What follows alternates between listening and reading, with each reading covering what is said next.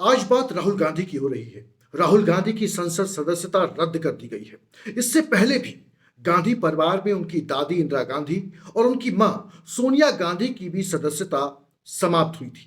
क्या है राहुल गांधी, उनकी दादी इंदिरा गांधी और उनकी मां सोनिया गांधी की सदस्यता समाप्त होने के पीछे के बड़े कारण?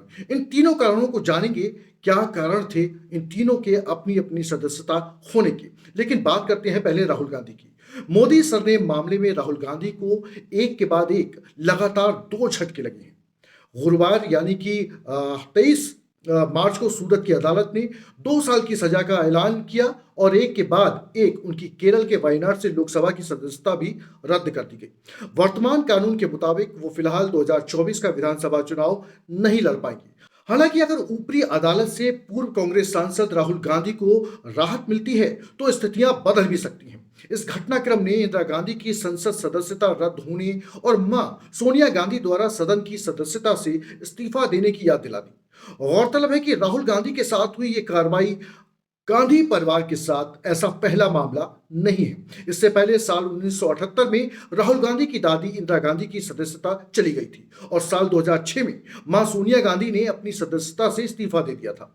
हालांकि इंदिरा गांधी और सोनिया गांधी ने उपचुनाव में जीत हासिल करके सदन में एंट्री ले ली थी, लेकिन क्या राहुल गांधी ऐसा कर पाएंगे? आइए जानते हैं इन तीनों मामलों में क्या अंतर है। बात करते हैं राहुल गांधी की दादी की और उनकी गवाई हुई सदस्यता की। गांधी परिवार में संसद सदस्यता जाने का इतिहास रहा है। राहुल गांधी से पहले उनकी दादी इंदिरा गांधी भी सदन की अपनी सदस्यता गवा चुकी हैं। क्यों गवाई? 1975 में आपातकालीन लगाया। 1977 में चुनाव हुए, इंदिरा गांधी को हार का सामना करना पड़ा था। हालांकि 1978 में इंदिरा गांधी कर्नाटक के चिकमंगलुरु से उपचुनाव जीतकर लोकसभा पहुंच गई थी, लेकिन तब भी उनकी मुसीबतें कम नहीं हुई थी। उस समय लोकसभा में पहुंचने के बाद इंदिरा गांधी के खिलाफ तत्कालीन पीएम मोरारजी देसाई ने खुद प्रस्ताव पेश किया था। प्रस्ताव में कहा गया था कि उन्होंने अपने सरकारी अफसरों का अपमान करने के बाद पद का दुरुपयोग किया। ये आरोप लगे थे। इस प्रस्ताव के पास होने के बाद इंदिरा गांधी के खिलाफ आरोपों की जांच के लिए एक विशेषाधिकार समिति का गठन किया गया। इस विशेषाधिकार समिति ने जांच के बाद अपनी रिपोर्ट सौंपी और उसमें कहा कि इंदिरा गांधी के खिलाफ लगे आरोप सही हैं। उन्होंने विशेषाधिकारों का हनन किया था। इतना ही नहीं, सदन की अवमानना भी की। रिपोर्ट के आधार पर इंदिरा गांधी को अपनी सदस्यता गंवानी पड़ी थी। हालांकि बाद में जनता सरकार के गिरने के बाद इंदिरा गांधी 1980 में भारी समर्थन से दोबारा चुनाव जीतकर सदन पहुंची थी। इसके बाद बात आती है राहुल गांधी की मां सोनिया गांधी की कि आखिर उन्हें अपनी सदस्यता से इस्तीफा क्यों देना पड़ा था। इसके पीछे एक बड़ा कारण रहा है। साल 2006 में लाभ के पद के मामले में सोनिया गांधी ने सदस्यता से इस्तीफा दे दिया था। दरअसल साल 2006 में सोनिया गांधी पर लाभ के पद पर रहने के चलते सदस्यता का संकट आ गया था। हालांकि सदस्यता जाने से पहले ही सोनिया ने खुद अपने जो पद से इस्तीफा दे दिया। इसके बाद उपचुनाव हुए और वो दोबारा जीतकर सदन में पहुंची। उस समय सोनिया गांधी रायबरेली से सांसद थी। साथ ही वो यूपीए सरकार के समय गठित राष्ट्रीय सलाहकार परिषद की चेयरमैन भी थी। इस पद को लाभ का पद करार दिया गया था, जिसके चलते सोनिया गांधी को अपनी लोकसभा सदस्यता से इस्तीफा देना पड़ा था। हालांकि बाद में सोनिया गांधी ने रायबरेली सीट से ही उपचुनाव जीतकर सदन में मजबूत वापसी की थी। अब राहुल भी इस लिस्ट में शुमार हो गए।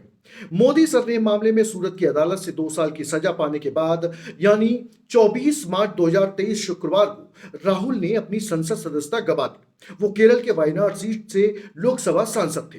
राहुल गांधी की सदस्यता को लेकर लोकसभा सचिवालय की तरफ से 60 पंक्तियों की एक अधिसूचना जारी की गई, जिसमें कहा गया कि सूरत के मुख्य न्यायिक मजिस्ट्रेट की अदालत की तरफ से दोषी करार दिए जाने के बाद केरल के वायनाड से लोकसभा सदस्य राहुल गांधी को लोकसभा की सदस्यता से अयोग्य किया जाता है, यानी कि उन्हें रद्द किया जाता है उनकी सदस्यता को।